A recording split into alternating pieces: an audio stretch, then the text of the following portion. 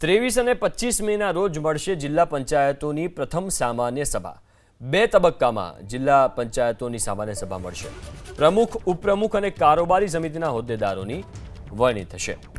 તો 23 અને 25 મેના રોજ જિલ્લા પંચાયતોની પ્રથમ સામાન્ય સભા મળશે। બે અલગ અલગ તબક્કામાં આ સામાન્ય સભાનું આયોજન કરવામાં આવશે। પ્રમુખ, ઉપપ્રમુખ અને કારોબારી સમિતિના હોદ્દેદારોની વરણી થશે।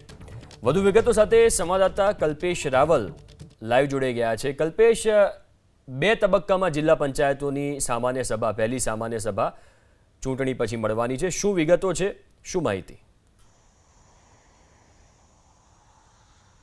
હિમ 34 જિલ્લા પંચાયતોની સામાન્ય ચૂંટણી યોજાઈ હતી અને એના પરિણામ જાહેર થયા બાદ પાર્લામેન્ટરી બોર્ડની બેઠક પણ મળી હતી।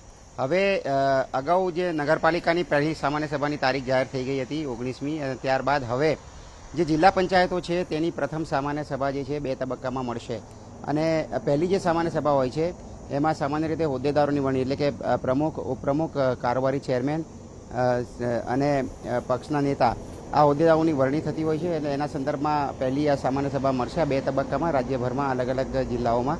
અને ત્યારબાદ તાલુકા પંચાયત અને મહાનગરપાલિકાની પણ સામાન્ય સભાની તારીખો ટૂંક સમયમાં જાહેર થાય તેવી શક્યતા છે। હિમ, આભાર કલ્પેશ વિગતો આપવા માટે।